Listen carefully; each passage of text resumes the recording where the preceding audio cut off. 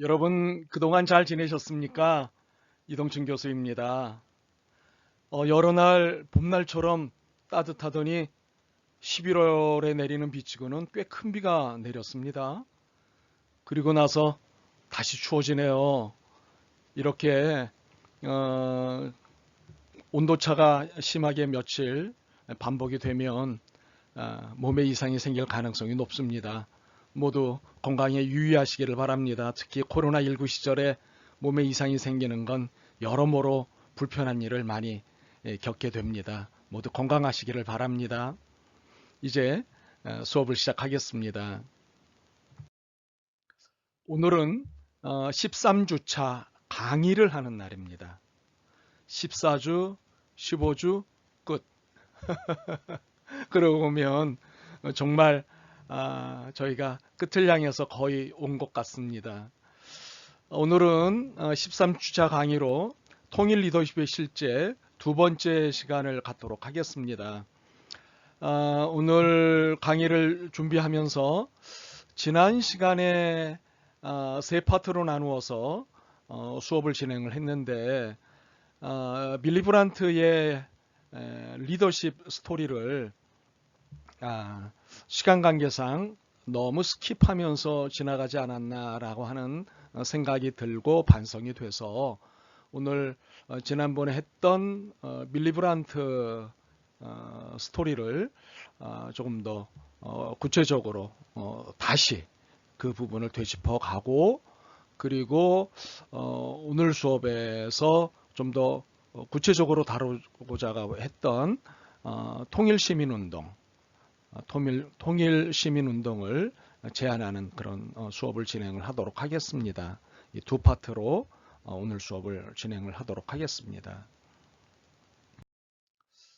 네, 빌리 브란트 지난 시간에 그리고 지지난 시간에 빌리 브란트에 대해서 이야기를 했습니다만은 좀 더 구체적으로 해야 하는데 저희가 시간에 제한 관계상 빌리 브란트를 충분히 다루지 못했습니다. 그래서 오늘 지난 수업 시간에 제공했던 내용이기는 하지만 제 설명을 보다 구체적으로 진행을 시키도록 하겠습니다. 빌리 브란트는 네 가지 특징을 가지고 설명할 수 있는 부분이 있습니다.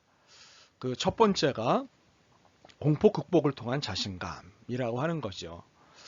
이게는 수많은 공포들이 독일의 상황 가운데 있었는데 대내적으로 있는 이 공포를 극복하는 것을 통해서 통일에 대한 자신감 그리고 인류 평화를 위한 공헌의 자신감을 갖게 되었다는 거죠. 밀리 브란트는 무엇보다 20세기 평화 정치의 사도라고 불리울 수 있습니다.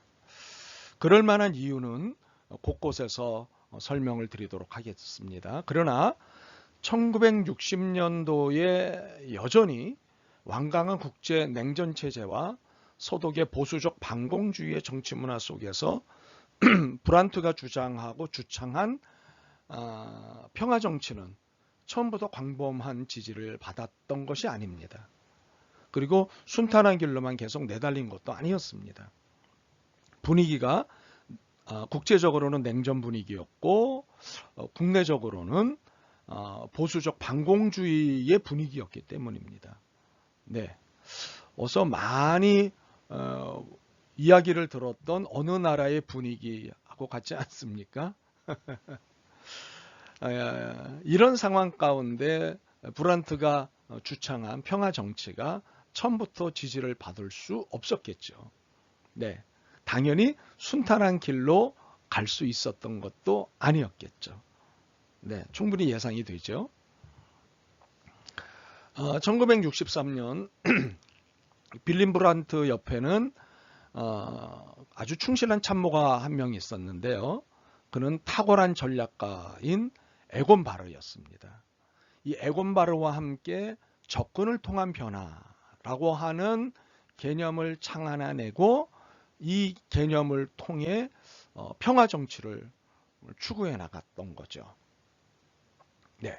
그러니까는 에곤 바러와 함께 적군을 통한 변화라는 냉전기 평화 정치의 원칙을 제시했을 때부터 1971년 노벨 평화상을 받으며 국제적 인정과 지지를 받게 될 때까지 브란트는 다양한 정책 구상과 실험적 시도를 통해 냉전의 장벽에 틈을 내면서 대중적 지지와 평화, 정치적 관철력을 높여갔다고 하는 사실이죠.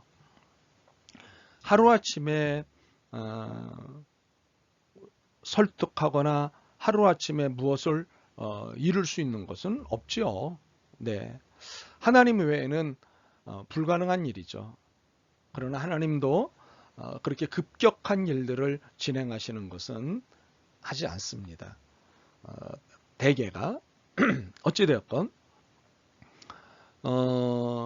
적군을 통한 변화, 네, 적군을 통한 변화라고 하는 것을 개념화해서 그 개념을 통해 관철력을 높여갔다고 하는 것. 네, 그러니까는 냉전의 장벽에 틈을 내가며 네, 동방적 정책 구상과 실천의 초기부터 브란트는 서방 동맹 국가들 및 서독 보수 세력들의 의구심과 불안, 비판을 극복해야 했습니다. 당시 분위기는 보수적 반공주의였는데 보수적 반공주의라고 하는 분위기 속에서 브란트의 평화 정치는 다양한 오해를 받을 만한 이야기를 많이 가지고 있었죠. 특별히 구동방 정책, 그러니까는 공산주의와 연결해서 그리고 연대해서 동맹해서 지내는 국가나 사람들은 절대 관계를 맺지 않는다라고 하는 구동방 정책에 반하여 아니다. 평화를 위해서는 그들과 손을 잡고 그들과 이야기를 해야 한다라고 하는 신동방 정책을 구상했고 그것을 이야기하는 브란트는 수많은 의구심과 불안 그리고 비판을 극복할 수밖에 없었던 거죠. 이럴 때 브란트가 항상 내세울 수 있었던 것은 다름 아닌 3인당 지도자와는 달리 그가 1950년 중반 일찍부터 소독의 나토, 북대서양 조약기구죠. 나토 가입을 지지했고 어떤 종류의 독일 중립파 방안과도 거리를 두며 서방과의 결속 필요성을 의심하지 않았다는 사실이죠. 그러니까 결코 브란트는 쉽게 이 길을 가지 않았지만 어떤 의심도 어떤 불안도 불러일으키지 않을 그것을 불식시킬 행동을 충분히 하면서 나아갔다고 하는 사실이죠. 네. 서방과의 관계를 끊는 것이 아니라 서방과의 관계를 돈독히 한 상태에서 상대와 대화하고 손을 잡자라고 하는 정책이었죠. 그런 리더십을 발휘했던 거죠. 이를테면 1958년 배너를 중심으로 한 3인당 지도부는 나토와 바르샤바 조약기구 양 동맹체제 해체를 전제로 한 독일 통일 모델을 담은 독일 계획을 발표해요. 그렇지만 브란트는 그 방안에 동의하지를 않았고 서방과의 결속을 포기할 생각이 없었다고 하는 거죠.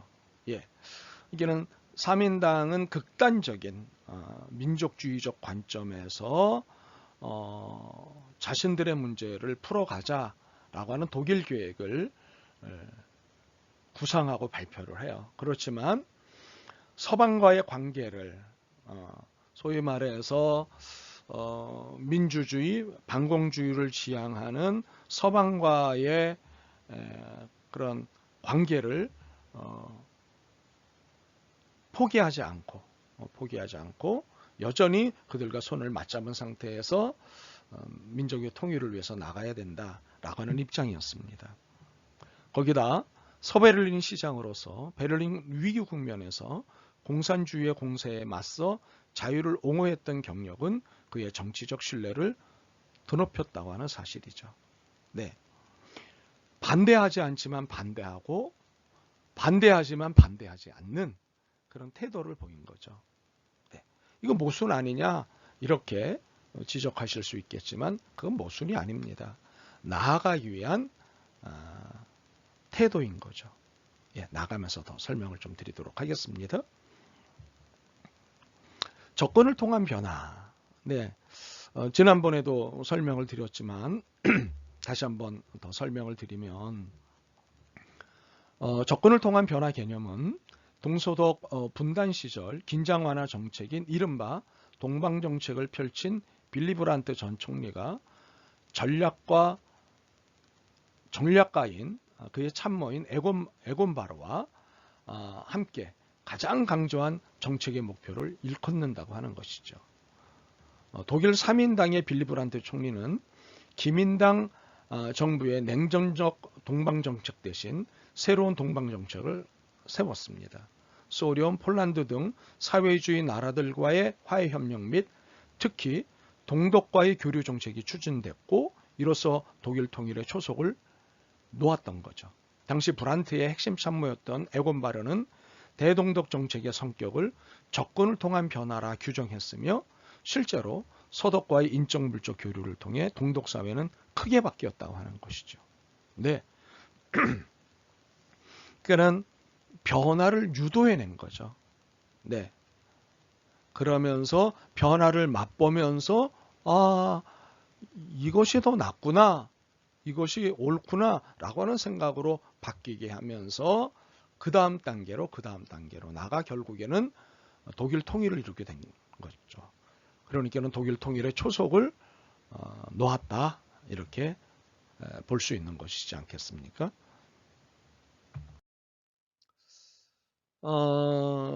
그래서 1971년 오슬로의 노벨상위원회가 브란트를 노벨평화상 수상자로 결정했을 때 가장 먼저 언급한 수상 결정 사유가 있었는데 그 사유는 수상자의 동쪽에서의 성과가 아니라 서방으로의 공헌이었다. 예, 서방과 단절하고 동쪽에서 일을 낸 것이 아니라 서방과의 유대와 연대와 결속을 계속 강화한 상태에서 그 안에서 동쪽의 변화를, 동쪽의 일을 만들어냈다라고 하는 거죠. 노벨평화상위원회는 이를 다음과 같이 표현을 했어요. 빌리 브란트는 서유럽 내부의 협력 강화를 전 유럽을 위한 평화계획의 주요한 일부로 보았습니다. 바로 그 서유럽의 정치적, 경제적 협력의 강화와 관련해 브란트 총리는 중요한 발의를 제기했습니다. 네, 귀한 표현이죠. 네. 협력 강화, 서유럽의 정치적, 경제적 협력의 강화와 관련해 브란트 총리는 주요한 발의를 제기했습니다. 그런데 여기서 중요한 것은요, 브란트가 서방과의 결속을 통해 안보를 튼튼히 다졌다는 식의 냉전 논법을 반복하는 것이 아니라는 거죠. 오히려 여기에 머물러 있었다면 브란트에게서 새로운 정치 구상은, 평화 정치 구상은 결코 생겨나지 않았을 거예요. 브란트에게 서방과의 협력은 공산주의에 대한 두려움을 강화하고 그 두려움에 빠져 적대적 반공주의를 강화하는 매개가 아니었다는 거예요. 그것은 오히려 공산주의에 대한 두려움을 극복하는 토대가 될 수 있었다는 거죠. 예. 두려움을 강화. 야, 공산주의 안 돼. 그렇지, 안 돼. 하고 점점 그 두려움을 강화하는 서방과의 협력이 아니라 서방과의 협력은 공산주의에 대한 두려움을 극복하는, 공산주의? 그 두려워할 것이 아니다. 함께 가야 할 것이고 옳은 것을 향해서 우리든 저들이든 함께 변해야 된다. 네. 두려움의 강화가 아니라 두려움의 극복이라고 하는 것. 여기에 여러분이 이 의미를 잘 이해를 하셔야 되겠습니다. 공산주의에 대한 두려움의 강화가 아니라 공산주의에 대한 두려움의 극복. 바로 그것을 만들어낸 것이 빌리 브란트다. 예. 라고 하는 사실입니다. 제 설명을 잘 이해하셨으면 좋겠습니다. 타자에 대한 공포를 극복할 때 비로소 타자와의 새로운 관계 설정에 대한 자신감과 용기가 생겨나는 법이죠. 예. 공포감이 점점 강화되고 생기면 상대방과 새로운 관계를 설정할 자신감이 떨어지고 용기가 없어져요. 그러나 이 공포를 극복할 때 자신감이 생긴다고요. 용기가 생긴다고요. 바로 브란트는 서방과의 결속을 통해 서독인들에게 그와 같은 공산주의 극복에 대한 자신감을 강화해 새로운 평화 정치의 토대를 삼고자 했던 것이죠. 굉장히 중요한 얘기입니다. 자, 우리가 북한에 대해서 어떤 태도를 가져야 할지, 사회주의 국가인 북한에 대해서 어떤 태도를 가지면 될지, 빌리 브란트의 이러한 리더십이 우리에게 시사하는 바가 분명 큽니다. 자, 빌리 브란트 리더십의 두 번째 특징은 작은 걸음의 실용주의다라고 볼 수 있습니다. 작은 걸음의 실용주의. 그러니까 작더라도 한 걸음 한 걸음 앞으로 나아가는 것이 필요하고 중요하다라고 하는 작은 걸음의 실용주의입니다. 설명을 좀 더 드리죠. 브란트가 20세기 가장 탁월한 평화 정치가로 기억되는 이유는 서방과의 협력 자체가 아니라 이를 전제로 전개된 동방정책, 그러니까는 신동방정책이죠. 이전에도 동방정책이 있었으니까요. 이 신동방정책 때문입니다. 브란트의 신동방정책이라고 일컬어질 수도 있는 동방정책을 관통하는 일관된 정치 원칙이 있다면 그것은 당면한 구체적 문제 해결에 집중하는 현실적 실용주의였다는 것. 지금 당장 해결해야 할 매우 중요한 것들을 하나씩 해결하는, 그래서 거기에 집중하는 것. 그러니까 앞날에 대한 것도 필요하지만 지금 당장 해결해야 될 것들을 집중해서 해결해 나가는 현실적 실용주의였다라고 하는 거죠. 브란트는 1963년 당시에 서베를린 시장으로서 처음으로 동독과의 끈질긴 협상을 통해 통행증 협정을 이뤄냅니다. 정말 끈질긴 협상을 했어요. 그래서 서베를린과 동베를린 시민들이 서로 통행할 수 있도록 통행증 협정을 이뤄냅니다. 그래서 1961년 8월 13일 베를린 장벽 건설로 동서독 간의 인적 교류나 접촉이 단절되었을 때, 그러니까는 베를린 장벽이 세워져서 이제 동독과 서독이 나누어지게 되지 않습니까? 구체적으로.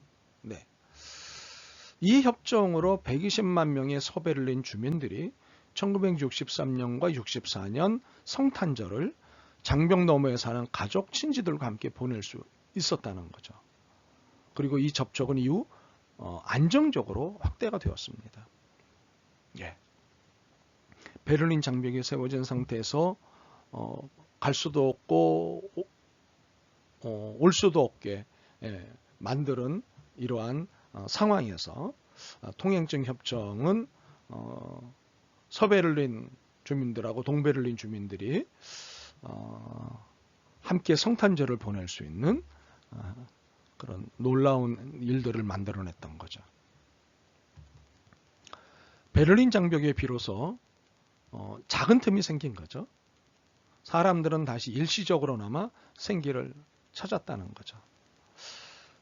이렇게 서베를린 시장 시절에 경험한 그 협상 과정과 협정의 성과가 이후 연방 총리 시절 브란트의 동방 정책에 큰 영향을 미쳤다고 하는 사실입니다. 왜냐하면 그 1963년 협상에서 브란트는 외교적 문제를 불러일으킬 공식 명칭이나 국제법적 쟁점 등 당장 해결할 수 없는 문제들은 그대로 두고 구체적인 성과에 집중하도록 조치했고, 그것이 이루어낸 인도적 결과물들을 눈앞에서 보았기 때문입니다. 네.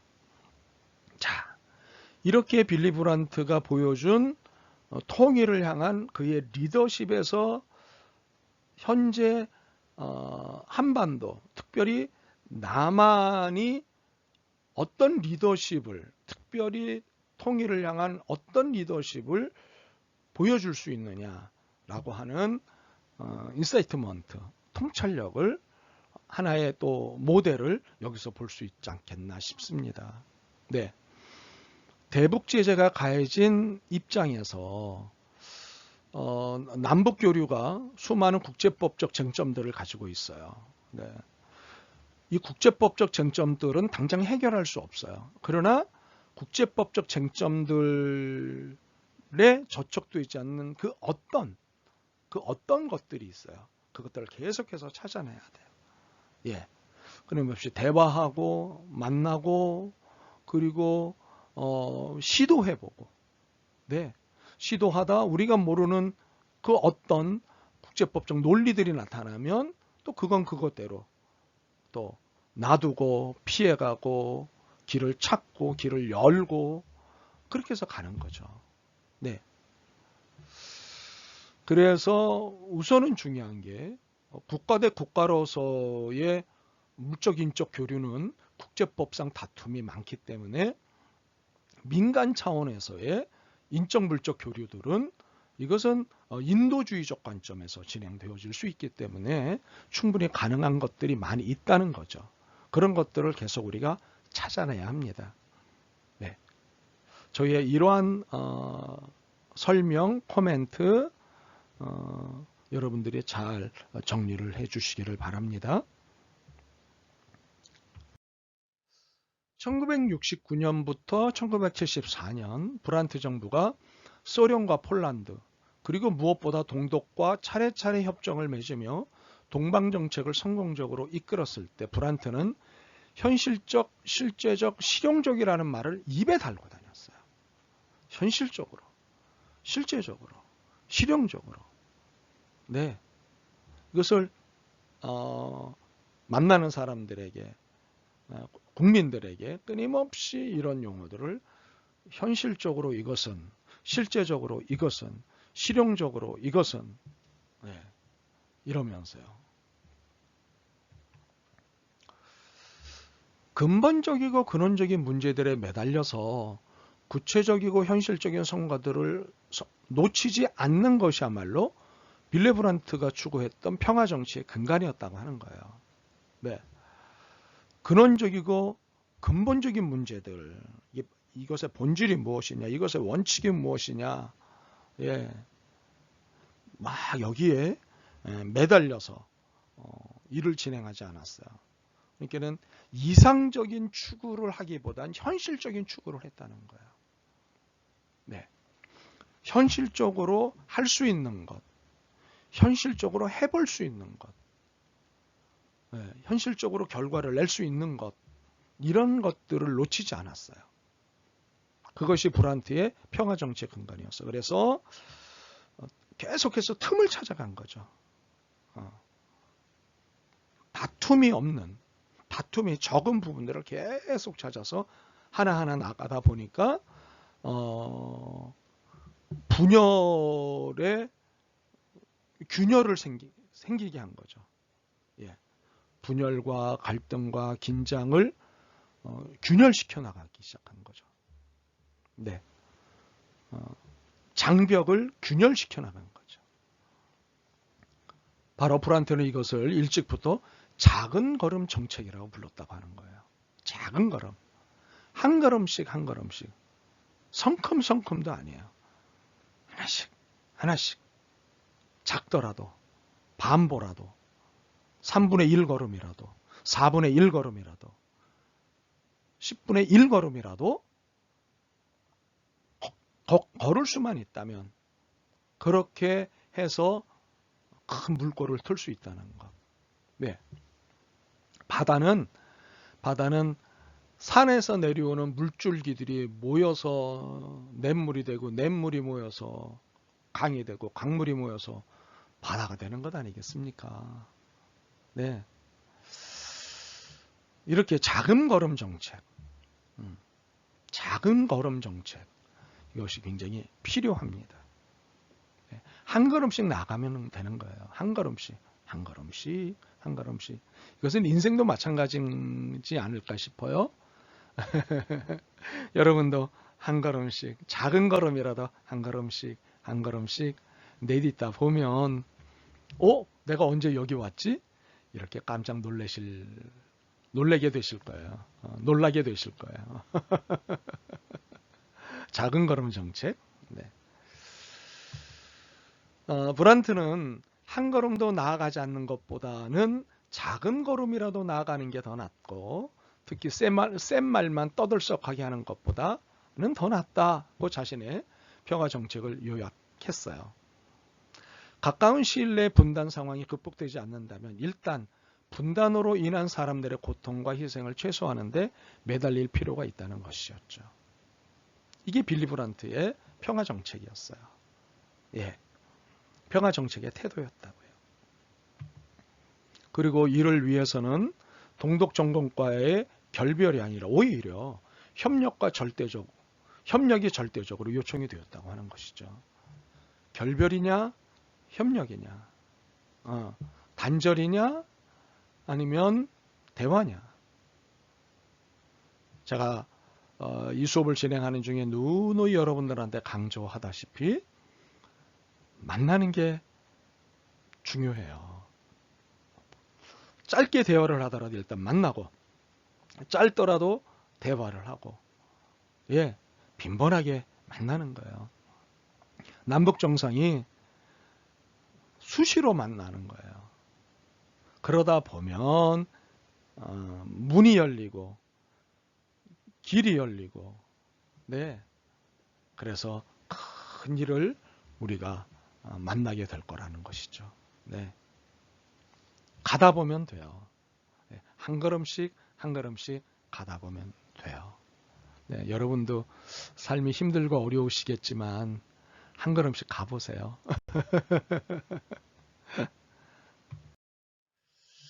세 번째, 빌리 브란트 통일 리더십의 특징은 신뢰와 책임감이라고 하는 거죠. 신뢰와 책임감. 자, 이게 무슨 얘기인가 볼까요? 다양한 접촉과 작은 걸음의 과정에서 브란트는 고유한 평화 정치의 덕목을 유감없이 발휘했죠. 그것은 무엇보다 진정성과 신중함을 통한 신뢰 형성과 책임감이었다고 하는 거죠.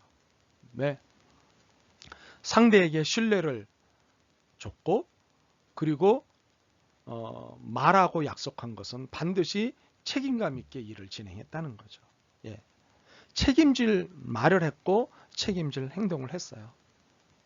그것이 신뢰를 형성하고 그리고 놀라운 일을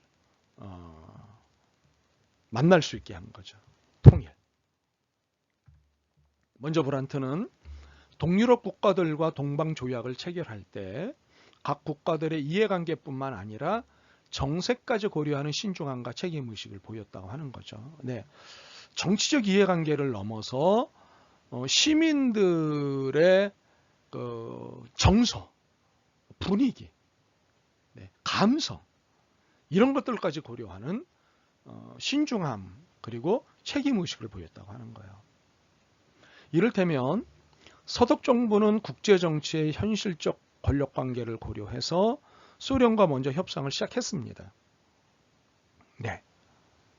신동방 정책의 중심축은 무엇보다 모스크바에 있다고 보았기 때문이죠. 그러니까 동독의 리더십을 발휘하는 나라가 소련 아닙니까?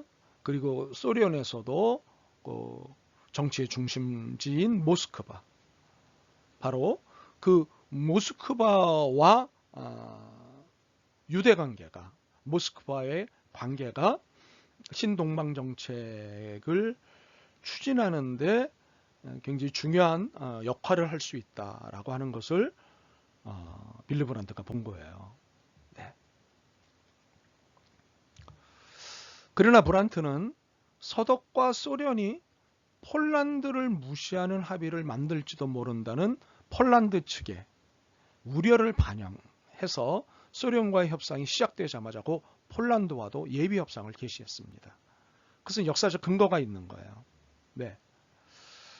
그러니까는 독일과 소련이 손을 잡고 폴란드를 힘들게 만들었던 역사적 경험이 있습니다. 네. 그래서 폴란드가 소련과 서독이 손을 잡는다고 했을 때 굉장한 우려가 나타났죠. 바로 이런 우려를 불식시키기 위해서 빌리 브란트는 소련과의 협상이 시작되자마자 그 폴란드와의 예비 협상을 했습니다. 그 결과 1970년 8월 서독 소련 간 협정에 뒤이어 같은 해 1970년 12월 서독은 폴란드와 관계 정상화를 담은 바르샤바 조약을 체결하죠. 바르샤바 조약, 굉장히 유명한 조약입니다. 네. 브란트 정부는 더 이상 독일이 폴란드를 건너뛰는 어떤 정책도 추구하지 않을 것임을 실천을 했고, 폴란드와의 관계 정상화를 동방 정책의 도덕적 중행 내지 독자적 전환점으로 간주하고 있음을 보여주었습니다. 그러니까는 더 이상 폴란드에게 위협이 되는 독일 혹은 서독이 되지 않고 폴란드와 함께 유럽의 평화, 더 나아가 세계의 평화를 함께 만들어 나가는데 협력하자라고 하는 진정성을 보여준 거죠.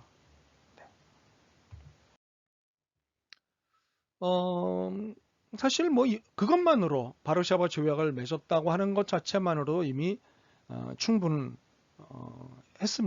하지만 폴란드와의 조약에 서명하기 직전인 1970년 12월 7일 비가 오는 중에 브란트는 바르샤바 게토의 반나치 저항 투사들의 추모탑 앞에서 무릎을 꿇었어요.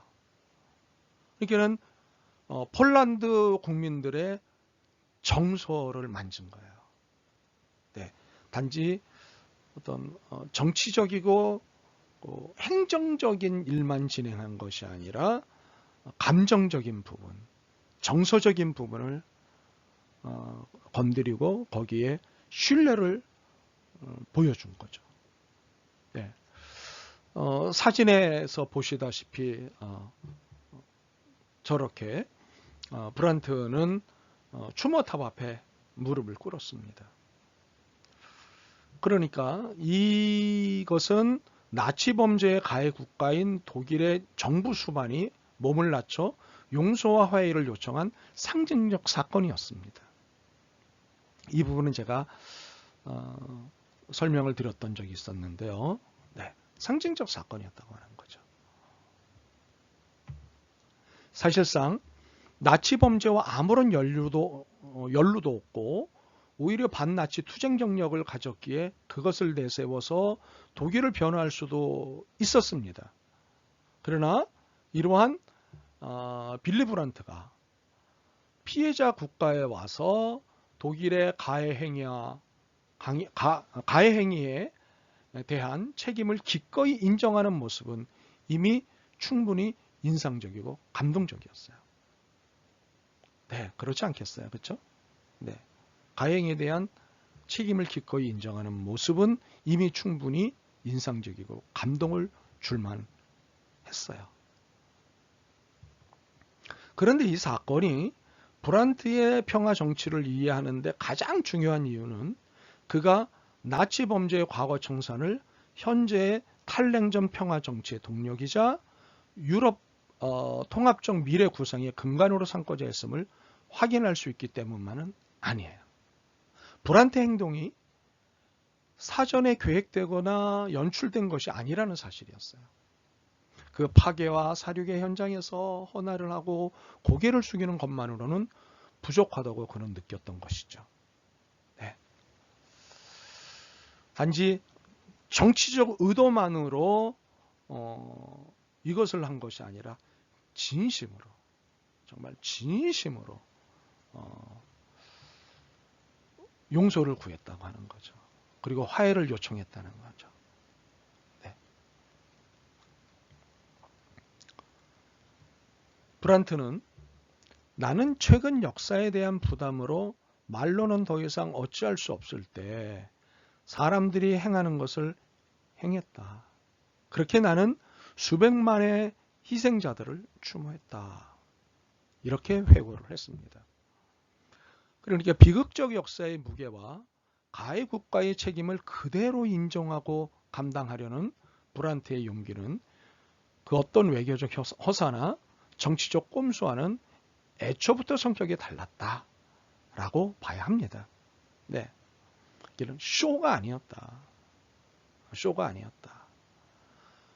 역사에 대한 무거운 책임감, 거기서 오는 잘못한 것에 대한 반성, 이 반성을 하고 가야 진정한 화해와 평화로 나아갈 수 있다고 하는 것을 빌리 브란트는 진정성을 가지고 느끼고 있었던 거죠. 바로 그러한 태도가 고스란히 보여준 것이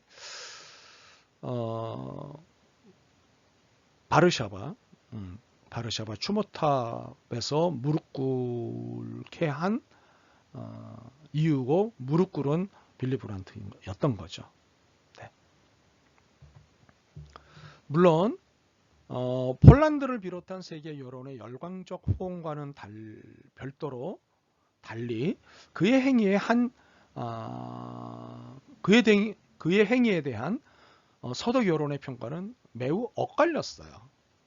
예, 공감하는 비율이 41%나 되었지만 과하고 불필요한 행동이라며 비판하는 목소리는 48%에 달했습니다. 네. 그러니까 북한에 대해서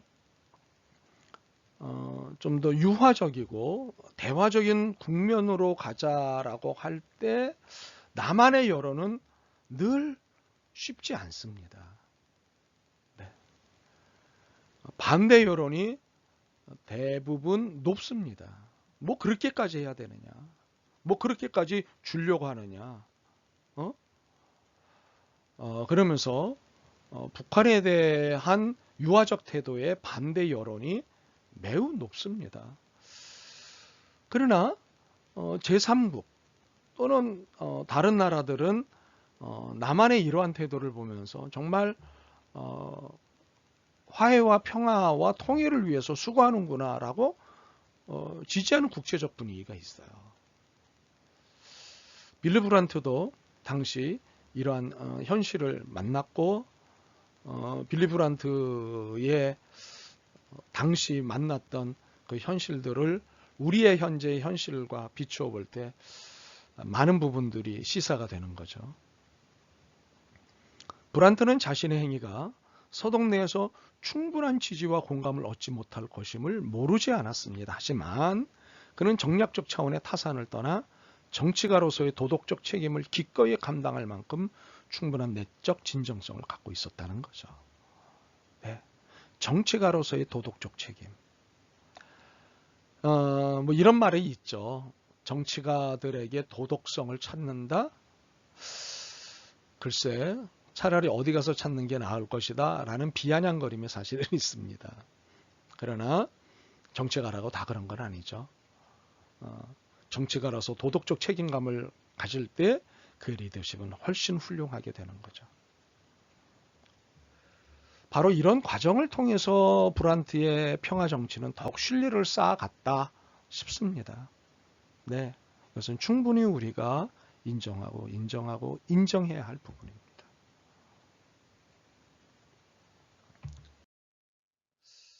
한편 1970년 동독 에어프루트시에서 동소독 정상회담 시 확인된 브란트의 신중하고 책임 있는 정치가로서의 모습 또한 다른 차원에서 매우 인상적이었어요. 예. 무슨 에피소드였느냐면 이런 거예요. 3월 19일, 그러니까 1970년 3월 19일 아침 일찍 브란트 총리와 소독 수행원들은 열차를 타고 동소독 국경을 넘었어요. 그리고 오전 9시쯤에 동독의 에어프로트에 도착을 했습니다. 그런데 그들의 숙소인 에어프로트 호프 호텔에서 여장을 풀고 있을 때 그들을 기다리던 수천 명의 동독 시민들이 열광적으로 빌리빌리를 연호했던 거예요.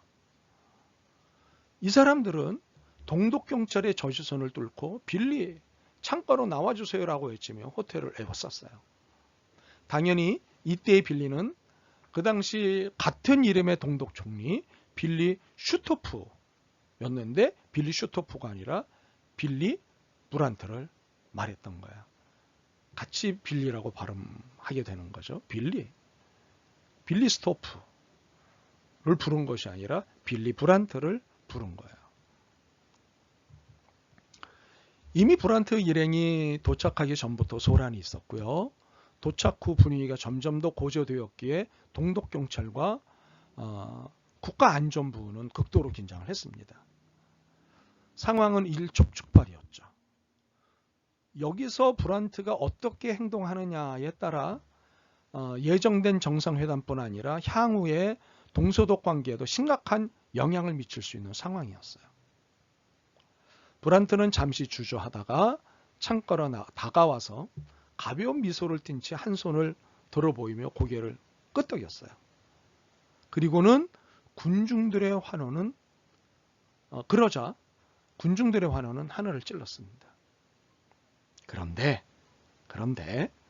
곧 브란트는 두 손을 낮게 펼쳐 환호를 잠재웠습니다. 그리고는 자제를 부탁했어요. 이 제스처를 본 동독 주민들은 브란트의 마음을 충분히 이해할 수 있었고 브란트 또한 동독 주민들의 마음을 충분히 이해할 수 있었어요. 서로의 마음을 충분히 이해할 수 있었고 그래서 다시 안정과 고요가 찾아왔어요. 이것은 여러분이 이렇게 하는 건 고맙지만 이것은 현재로서의 문제를 푸는 답이 아니다 라고 자제를 부탁한 거죠. 네, 이해를 이해를 부탁한 거죠. 결국 안정과 고요가 찾아왔죠. 브란트는 추후 이렇게 회고를 했습니다. 감동적이었습니다. 그러나 나는 그들의 운명을 생각해야 했습니다. 나는 본으로 돌아가게 되지만 그들은 그렇지 못하니까요. 네, 예, 진정성을 통해 상대에게 신뢰를 주고 신뢰를 얻고 그리고 이것을 책임감 있게 말하고 행동하는 빌리 브란트의 리더십. 브란트는 당시 가장 적절하고 필요했던 작은 몸짓으로 상황을 잘 조절하고 지배했다고 하는 사실이죠. 그는 독일인들의 공동 소속감과 정서적 연대를 확인하게 함과 동시에 동서독 주민들 모두에게 독일 통일의 과정에 필요한 인내와 절제를 상징적으로 예시한 것이다 볼 수 있습니다. 네. 이렇듯 진정성과 신중함에 기초한 말과 행동은 그 후에도 다양한 국제정치 무대에서 그가 신뢰와 도덕적 지도력과 영향력을 확장할 수 있었던 핵심 덕목이었어요. 네. 도덕적 지도력, 신뢰 지도력. 굉장히 의미 있는 개념이라고 보아집니다. 네. 이제 네 번째 빌리 브란트의 리더십의 특징을 현실 감각이라고 볼 수 있습니다. 현실 감각. 물론 앞에서도 이야기했습니다. 현실적, 실제적, 현실이라고 하는 것에 관심이 높았다고 하는 것. 그래서 현실 감각. 사진에서 보시는 것은 김대중 대통령과 빌리 브란트와의 만남입니다. 네. 국제정세의 변화에 대한 탁월한 감각과 시대 조류에 대한 민감한 파악 능력 또한 브란트가 현실주의자이면서 동시에 비전을 가진 정치가로 보이게 만든 덕목이었어요. 네. 이게는 현실주의자이기 때문에 현실뿐이 못 본다? 그렇지 않고요. 예, 비전이 있기 때문에 현실을 처리할 수 있는 거예요. 미래에 대한 탁월한 어떤 감각 내지는 예지력 같은 것들이 있기에 현실 문제를 처리할 수 있는 거죠. 미래를 위해서 지금 이 문제를 해결해야 되는 거죠. 그리고 해결하되 미래와 어떻게 연결되게 하느냐를 가지고 해결하는 거죠. 네. 그래서 현실주의자이면서 동시에 비전을 가진 정치가. 예. 먼저 다른 3인당 정치가나 대부분의 유럽 정치가들과는 다르게 브란트는 일찍부터 국제정치의 유럽 중심주의를 벗어던졌습니다. 이미 1950년에서 1960년에도 유럽 정치가로서는 드물게 제3세계에 관심을 브란트가 가졌어요. 그래서 유럽을 중심으로 세상을 이해해야 한다는 유럽 중심주의, 유럽을 중심으로 세계가 돌아가게 해야 한다는 유럽 중심주의를 일찌감치 브란트는 벗어던지고 제3세계에 관심을 가졌어요. 네. 건강한 의미에서의 세계화에 관심을 가졌죠. 예. 한 나라 중심의 세계화는 옳지 않아. 이게 이제 미국이 추구하는 거죠. 미국이 주도하는 세계화가 아니라 모든 인류가 함께 추구하는 세계화. 네. 이것을 이제 빌리 브란트가 갖고 있었어요. 이런 비전을 갖고 있었던 거죠. 빌리 브란트는 1976년 11월 사회주의 인터내셔널의 대표가 되어서 유럽뿐 아니라 비유럽 지역의 민주주의 발전을 위해 적극 노력을 했습니다. 네. 사회주의라고 하는 말이 나오니까 뭐야? 뭐 이렇게 생각하시는 분이 있으신데 당시의 분위기는 이렇게 인류가 함께 공존하고 공생할 수 있는 프로그램과 프로젝트가 필요하다라고 하는 그런 것에 모두가 인정하고 동의를 하고 있는 분위기였다고요. 네. 특별히 유럽의 분위기는 그랬어요. 유럽의 분위기는 사회주의적 분위기였다고요. 네, 그래서 사회주의 인터내셔널의 대표가 되어 유럽뿐 아니라 비유럽 지역의 민주주의 발전을 위해 적극 노력했습니다. 네, 민주주의 발전. 특히 브란트는 1977년부터 1980년 사이에 세계은행의 위탁을 받아 북남위원회 위원장을 맡아 브란트 보고서를 발표했어요. 브란트 보고서. 위원장으로서. 그럼으로써 저개발 국가의 빈곤과 고통 및 불평등에 주목하며 세계 경제의 지역 간 격차 완화를 위한 선진국들의 노력을 촉구했습니다. 네. 가난한 나라의 것을 수탈하거나 약탈해서 자국의 부를 증진시키고 증가시키려고 하는 그런 옳지 않은 식민주의적 태도들을 비판하고 이제 함께 더불어 살 수 있는 세상을 만들어 나가자고 브란트가 보고서를 내놓은 거예요. 네. 지역 간 격차가 지역간 격차를 유도해서 부를 추구한 나라들의 입장에서는 지금은 신나는 일인지 모르지만 결국 그것이 부메랑이 되어 악재가 될 것이다. 더불어서 성장하고 어느 정도 균형 잡힌 밸런싱이 있어야 된다. 밸런싱을 통한 성장, 세계화 이게 필요하다라고 이야기를 한 거죠. 네. 또한 브란트는 제3세계의 개발 정책에 대한 지원뿐만 아니라 인권과 민주주의의 전진을 위해서도 각종 정치적 노력과 개입 그리고 중재 노력을 아끼지 않았습니다. 네. 인권 증진을 위해서 민주주의의 성장을 위해서 정치적인 노력을 했고 또 개입을 했고 중재를 했어요. 이때 올로프 팔메 스웨덴 총리 그리고 브루노 크라이스키 오스트리아 총리 그리고 스페인 사회주의 노동당 대표이자 총리였던 곤잘레스 이분들이 빌리 브란트의 든든한 지원자이자 협력자였습니다. 예. 그러니까는 한 사람의 건강한 리더십이 다른 리더십들을 이끌어냈고 그 리더십들과의 연대를 통해서 세계 평화와 인류의 복지를 위해서 함께 나아갈 수 있게 한 거였죠. 이런 빌리 브란트였습니다.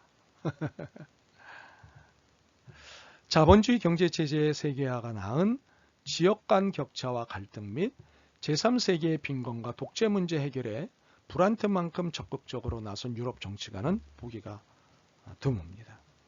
네. 그러니까 지역 간 격차 해소, 지역 간 격차로 불거진 갈등 해소, 그리고 제3세계의 빈곤 문제, 예, 아프리카 라든가 아시아 그리고 남미 이런 나라들의 빈곤의 문제, 예, 그리고 특별히 이 독재 국가들의 문제 이런 것들을 해결하기 위해서 빌리 브란트가 굉장히 적극적으로 노력했습니다. 중재 노력 또는 필요에 따라서 개입 같은 걸 했습니다. 1990년 이후 유럽 정치가들과 정당들이 앞을 다투어 아시아와 아프리카 및 라틴 아메리카, 남미죠. 로 정치적 관심을 확장했는데 브란트는 이 점에서 그 모든 이들의 선구자였다고 하는 것. 브란트는 1970년 그리고 1980년에 이미 세계 시민이자 보기 드문 세계 정치가라고 평가할 수 있습니다. 세계 정치가. 세계 내에 리더십을 발휘한 굉장히 도덕적 책임감을 보여준 그런 빌리 브란트였다고 하는 것이죠. 유럽 정치와 독일 정책에 관련해서도 브란트는 독특한 현실 감각을 보였습니다. 그는 1980년 후반 양독 관계의 질적 발전과 심상치 않은 동유럽 정세에 촉각을 곤두세우면서 독일 통일의 가능성을 감지했습니다. 1988년 소련과 동유럽 체제의 변화 기운에 직면하여 동서독관 국가연합 방식의 통일 가능성을 보이기 시작한 것이죠. 그는 당시 이 국가체제, 쯔바이2예요. 두 개의 국가체제를 수용해 국민국가로서의 재통일보다는 초민족적 유럽 통합의 전망에만 매달렸던 적지 않은 3인당과 녹색당의 좌파 정치가들과 확연히 달랐다고 하는 사실이죠. 네. 두 개의 국가체제로 가자. 라고 했던 당시 독일 내의 다른 정치가들과는 다른 태도를 보였다는 거죠. 1989년과 90년 통일 국면에서 혼란에 빠져있던 3인당 당원들에게 당의 명예대표 브란트는 국민국가로의 새로운 통일이 결코 3인당의 오랜 평화 정치와 충돌하는 것이 아님을 강조했고 오히려 자신을 비롯한 3인당 정치가들이 계시한 접근을 통한 변화와 작은 걸음이 완성되는 것임을 웅변합니다. 네. 그래서 1989년 11월 9일 베를린 장벽이 무너지자 브란트는 원래 하나였던 것이 이제 함께 성장한다는 말로 다가올 독일 통일의 의미를 함축적으로 표현을 했어요. 두 국가 체제로 가자고 하는 분위기에서 아니다. 원래부터 우리는 하나였다. 원래부터 하나였던 것이 이제 하나가 된 것이다. 다시 하나로 돌아온 것이다. 원래대로 된 것이다. 이제 우리는 모두가 함께 성장하는 것이다. 결국 그는 1990년 10월 3일 독일 통일의 역사적 현장에서 그 누구보다 큰 환영을 받았습니다. 그럴 수밖에 없었겠죠. 그렇죠? 예.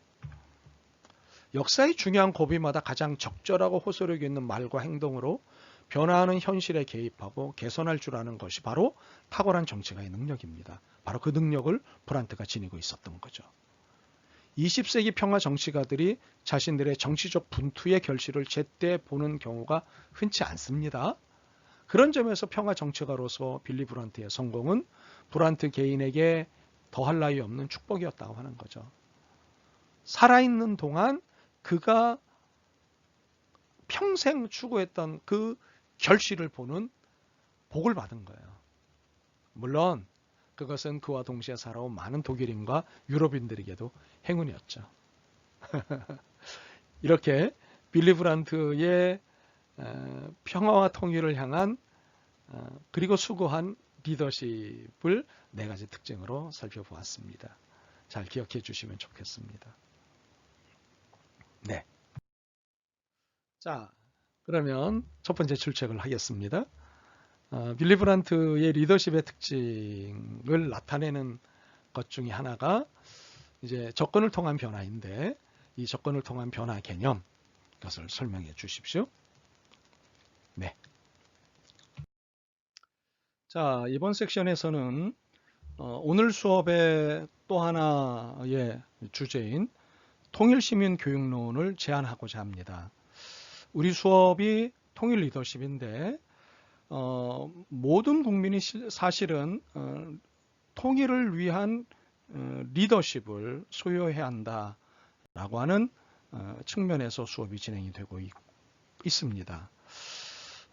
그런 의미에서 전 국민이 통일 리더십을 소유하기 위해서는 통일이 무엇인지에서부터 통일은 어떤 관점으로 어떻게 접근하고 어떻게 추진해 나가야 되는지 그것을 담고 있는 이론이 통일시민교육론이라고 주장하는 바입니다. 그래서 통일 리더십의 실제로서 통일시민교육론을 제안하고자 합니다. 설명을 시작하죠. 남과 북은 지난 70여 년에 걸쳐 서로 다른 생활 문화 속에서 살아왔어요. 그러면서 이지라 과정을 겪어왔습니다. 그 이지라는 분단의 세월만큼이나 깊어지고 그리고 너무나 넓어지고 있죠.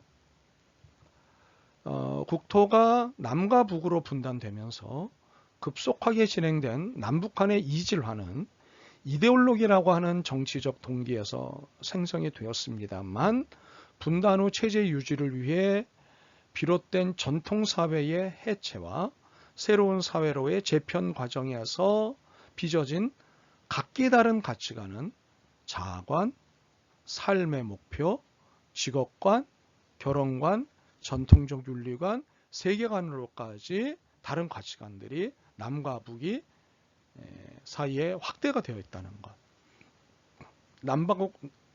남한과 북한의 자아관이 다르고요. 삶의 목표가 다르고요. 직업관이 다르고요. 결혼관이 다르고요. 전통적 윤리관, 세계관까지도 다릅니다. 물론 남한 안에서도 자아관이 다르고 삶의 목표가 다르고 하지만 공통적으로 남한 내에 갖고 있는 자아관 있지만 북한의 공통적으로 갖고 있는 또 자아관이 있어요. 그런데 유감스럽게도 이 자아관이 서로 다른 가치관을 가지고 있다고 하는 것. 네.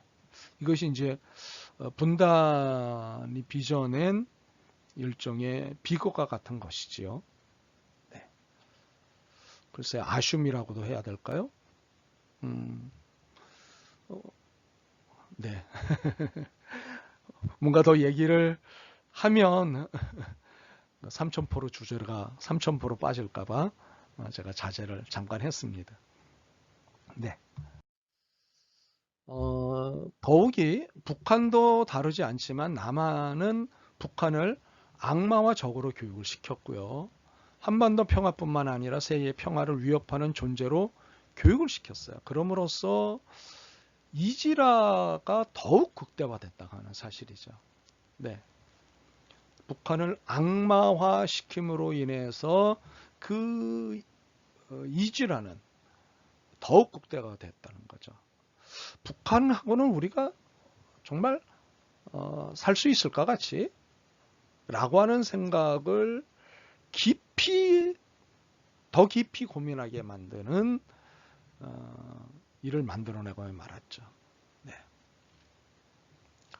이에는 평화보다는 전쟁의 승패에 의한 전쟁의 원인과 참혹성에 초점을 맞춘 교육이 그 극대화를 부추겼다고 하는 것이죠. 네. 한국 전쟁의 참혹상, 북한이 보여준 전쟁에서의 극악한 태도들, 전쟁을 통해 벌어진 수많은 참혹상들, 이런 것들에 초점이 맞추어져서 교육이 진행됐어요. 그동안에 북한에 대한 교육, 반공교육, 이런 것들이 극대화를 부추겼다고 하는 거. 이지로하에 극대화를 부추겼다고 하는 거. 함께 살 수 있을까? 아유, 못 살겠어. 못 살 거야. 못 살지. 뭐 이렇게요. 정유령 교수는 이것을 다음과 같이 설명을 합니다. 한국 전쟁에 관한 남북의 교육은 공히 전쟁의 원인과 참혹성에 초점이 맞춰져 왔다. 예, 남한만 그런 게 아니라 북한도요. 일반적으로 역사 교육에서 평화의 문제보다 전쟁을 더 비중 있게 다뤄온 것이 사실이다. 또한 역사 교육에서 전쟁은 평화라는 교육의 기본적 가치보다는 승패를 기준으로 서술되어 왔다. 전쟁에서 이겼다, 졌다. 이겨서 이런 결과가 왔고 져서 이런 결과가 왔다. 이런 전쟁을 승패의 기준으로 서술을 했다는 거예요. 그러나 평화론의 입장에서 보면 또 종합론자의 입장에서 보면 전쟁은 승패가 기준이 되어서는 안 되고 평화라고 하는 것, 전쟁을 통해서 어떤 화해, 어떤 평화, 어떤 안정이 이루어졌다라고 하는 부분이 서술되어야 하는데 그런 것들이 그동안의 한국 내의 역사 교육에서 빠졌다 많이. 그런 부분들을 우리가 고민할 필요가 있어요. 물론 일제강점기하에 당했던 것들이 역사 서술을 하는 데 있어서 방향성을 잡는 것에 많은 고민 지점을 가져오기는 하지만 어찌되었던 평화라고 하는 측면에서 역사 서술이 진행이 안 됐다는 것은 분명해요. 또한 월남한 교인들을 중심으로 반공주의를 지향해온 한국교회 분위기는 통일교육의 편향화가 심각하기에 반목과 이질화는 교회 밖보다도 더 심할 수 있어요. 네. 그러니까는 월남하신 분들, 한국전쟁을 전후로 해서 월남하신 분들, 교회 내 월남하신 분들의 태도는 신앙의 자유를 찾아서 월남을 했고 공산주의가 종교, 특별히 기독교에 가하는 탄압을 굉장히 분노하시죠. 그래서 이러한 부분에서 반목과 이질화가 교회 밖보다도 교회 안이 더 심할 수도 있다고 하는 거죠. 당연히 이러한 반목과 이질화 현상은 남북 상호 간의 오해와 불신을 낳아왔고요. 앞으로도 통일 과정에서나 통일 후 남북 간의 내적 통합을 이루는데 주요한 장애 요인으로 작용할 것은 틀림없어요. 그렇기 때문에 이러한 현상의 원인과 내용을 파악하고 그것을 극복하기 위한 방안을 모색하는 것은 통일 실현을 위해 시급한 일이죠. 네. 왜 이러한 일이 벌어졌는가? 이러한 일이 벌어지는 것의 내용은 무엇인가? 네. 그런 것들을 파악하고 그것을 극복하기 위한 방안을 모색하는 것이 현실적으로 시급한 거예요. 시급하죠. 그래서 오늘 수업은 이런 현실적 반목과 이질화 현상을 해결하고 극복할 수 있는 방안으로서 민주시민교육 개념의 바탕을 둔 통일시민교육을 제안하고자 하는 것이에요. 기른배 교수는 이념과 체제를 달리하는 환경 속에서 성장해온 사람들이 통일이 되어 새로운 국가를 형성하고 그 속에서 서로의 생존을 보장해주는 가운데 함께 살아가기 위해서는 무엇보다도 민주적인 생활 규범이 체질화되어 있어야 한다고 보았어요.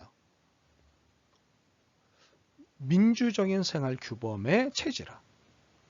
네. 한편으로는 서로 다른 생각을 가진 사람들이 어떤 방법과 절차에 의해 공통의 합의를 도출할 수 있는지를 알게 하고 통일의 과정이나 절차가 자발적 참여에 의해 민주적으로 이루어져야 한다는 사실을 이해시키는 것은 통일교육에서 매우 중요한 과제예요. 그리고 다른 한편으로는 통일교육을 체계적으로 실시하고 운영하는 것은 국민들에게 성숙한 민주시민으로서의 자질을 갖출 수 있도록 하기 때문에 통일교육하고 민주시민교육의 두 차원은 상호 긴밀히 연결시켜야 하는 과제라고 보았습니다. 네. 통일교육과 민주시민교육이라고 하는 두 차원이 상호 긴밀히 연결시킬 필요가 있다. 네. 그래서 통일시민교육은 무엇보다도 통일이란 무엇인가? 통일이 우리의 종착역인가? 왜 통일을 이루려고 하는가? 라고 하는 본질적인 질문을 풀어가는 일에서부터 통일 이후 보다 나은 삶에 관한 부분 모두를 담아야 한다고 하는 거죠. 네, 아주 근본적인 기본적인 질문을 풀고 거기에서 통일 이후의 삶에 관한 부분까지 모두를 담아야 한다는 거죠. 네. 통일에 관한 모든 것을 A부터 Z에 이르기까지 모든 것을 담아야 하는 거죠. 통일은 좁게는 한 개인의 보다 나은 삶을 위한 과정이며 넓게는 평화로운 세상을 만들어가는 과정이라고 보는 건데 그 때문에 이 모든 작업이 필요한 거예요. 통일을 종착역으로 바라보기보다는 더 나은 미래를 위한 준비의 과정으로 바라봐야 된다. 그러니까는 통일이 끝이 아니라 통일 이후에 전개되어질 보다 나은 미래, 거기까지가 우리가 보아야 할 비전인 거죠. 네, 통일 비전인 거죠. 통일 자체가 비전의 끝이 아니라 통일 이후가 비전이 갖고 있는 내용인 거죠. 네. 또한 통일시민교육은 이념적인 관점을 넘어 북한을 객관적으로 바라보면서 다름의 차이에 대한 이해하기, 틀림이 아니라, 그러니까는 틀림이라고 하는 관점에서 보면 대화가 안 되고요. 상대를 이해할 수 없습니다. 상대방은 틀린 것보다는 나와는 다른 것이에요. 예, 타자는 다름의 존재이지 틀림의 존재가 아닌 거예요. 굉장히 중요한 얘기죠. 남자와 여자가 틀린 게 아니잖아요. 다르잖아요.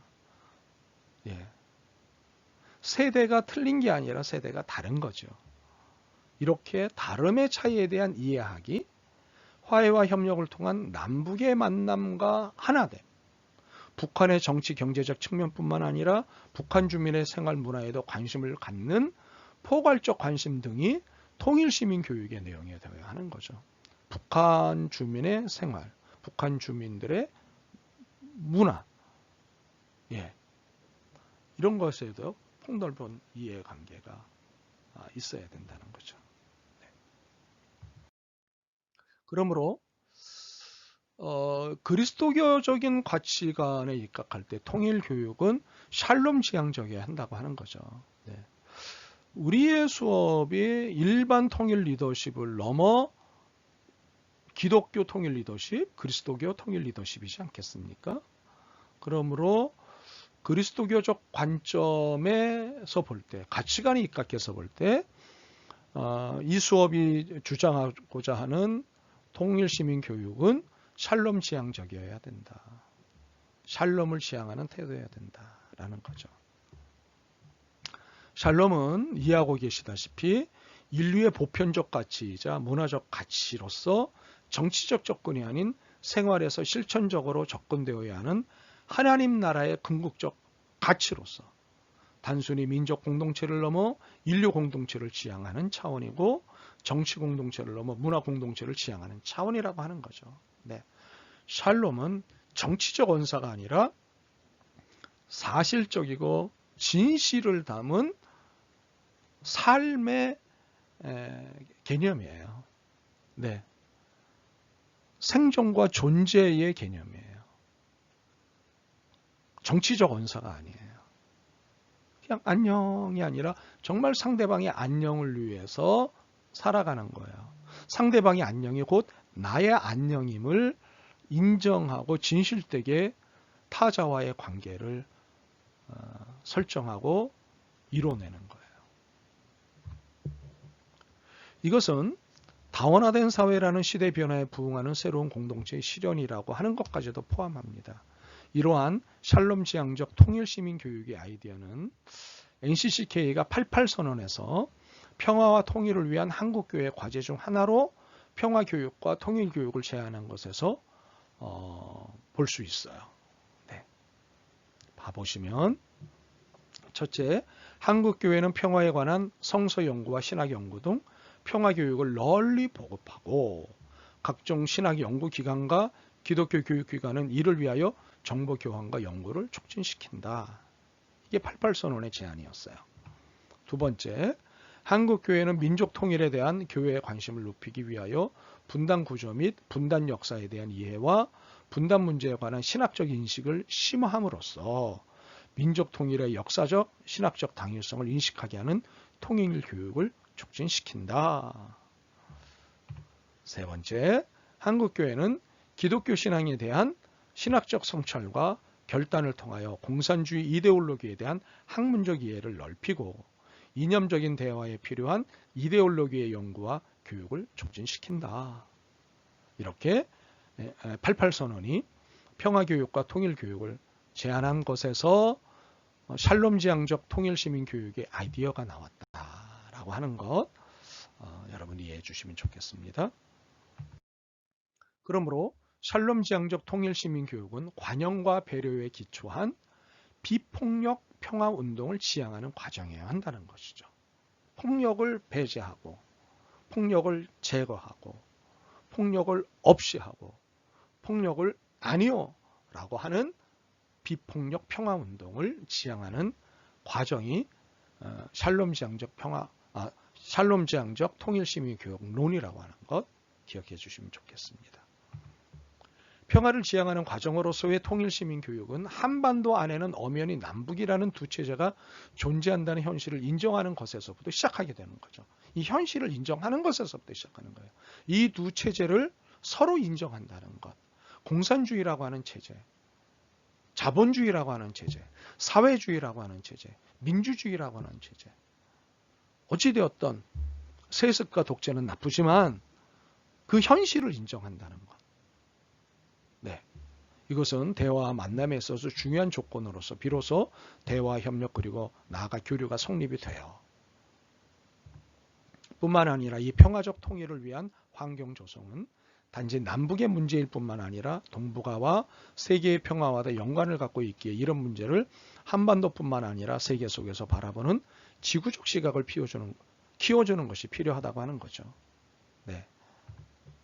샬롬 지향적 통일 시민 교육은 통일 과정과 통일 이후의 삶에 대비하여 삶의 자세를 형성하기 위한 매우 복합적인 교육 개념이기에 어느 한 영역의 요소로서 완결될 수 있는 것은 아니에요. 복합적이고 종합적인 교육 개념이에요. 더욱이 통일이 제도의 통합이기보다는 사람의 통합이고 지속적이고 장기적인 과정이라고 볼 때 통일시민교육의 중심 주제는 남과 북의 정체성의 차이에 대한 인정, 그리고 평화 화해를 바탕으로 하는 이질적인 요소의 공존이 되어야 한다는 거예요.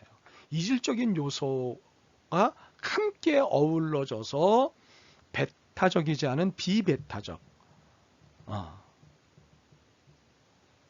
바로 그런 태도로서 공존을 이해하고 우리가 함께 살아갈 준비를 해야 된다는 거예요.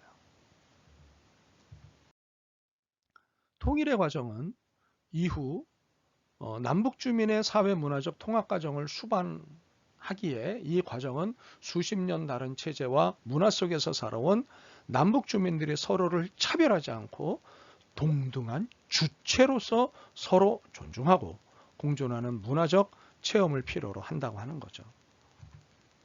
이것은 필연적으로 편견의 해소가 필요하고요. 상호 존중이 필요하고요. 다름의 수용이 필요하고요. 남북 문화의 공존이 필요하고요. 차별의식의 해소가 필요하고요. 타협과 양보의 수용 등이 필요해요.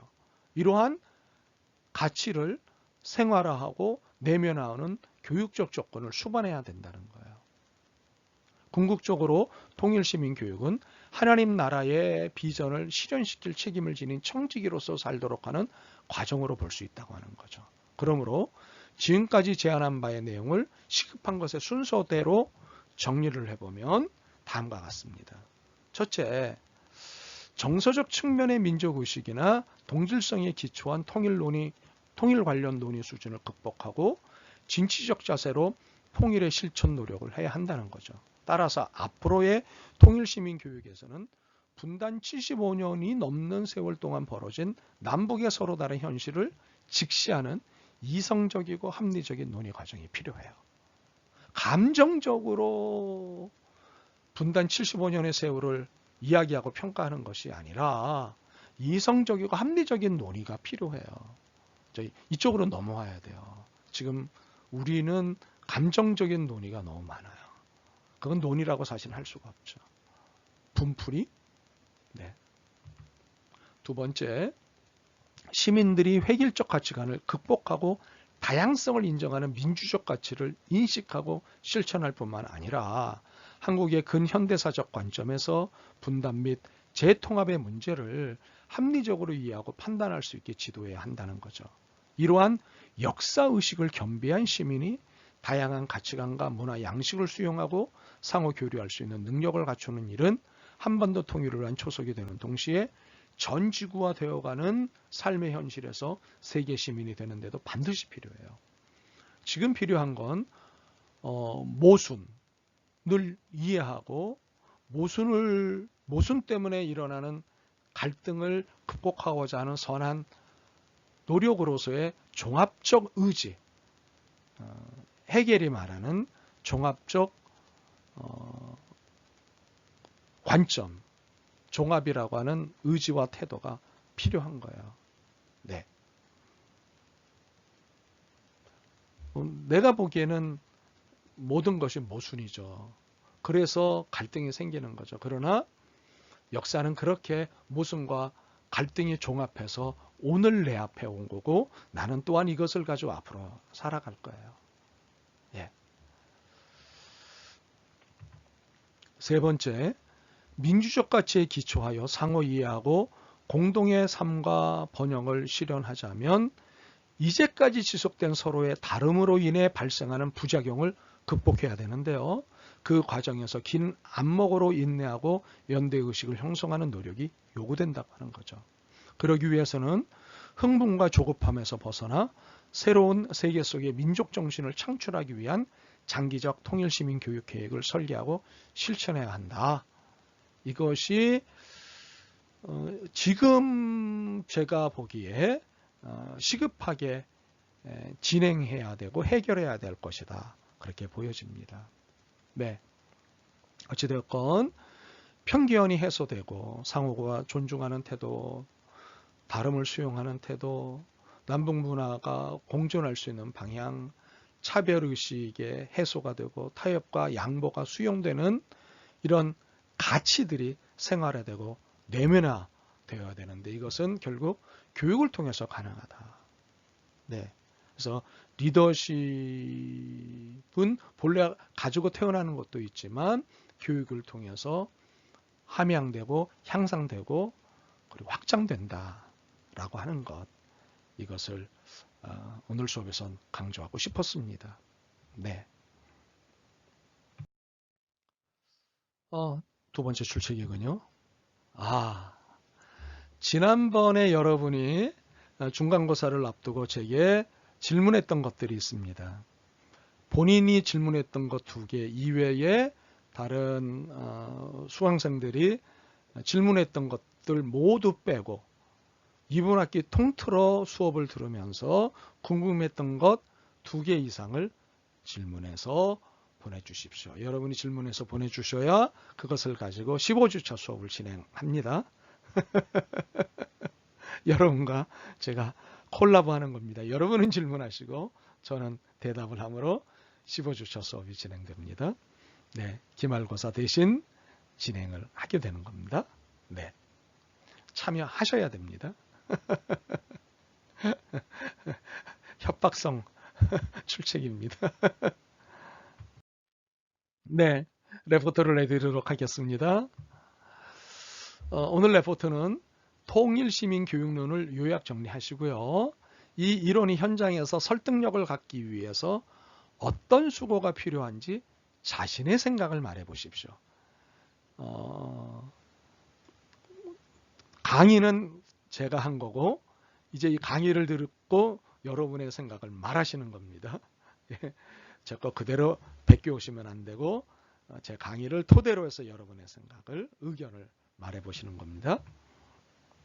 11월 26일 목요일 24시까지 다음 이메일 주소로 A4 용지 1페이지 분량으로 해서 통일시민론을 요약 정리하시고 이 이론이 현장에서 설득력을 갖기 위해서 어떤 수고가 필요한지 자신의 생각을 말해 주십시오. 네.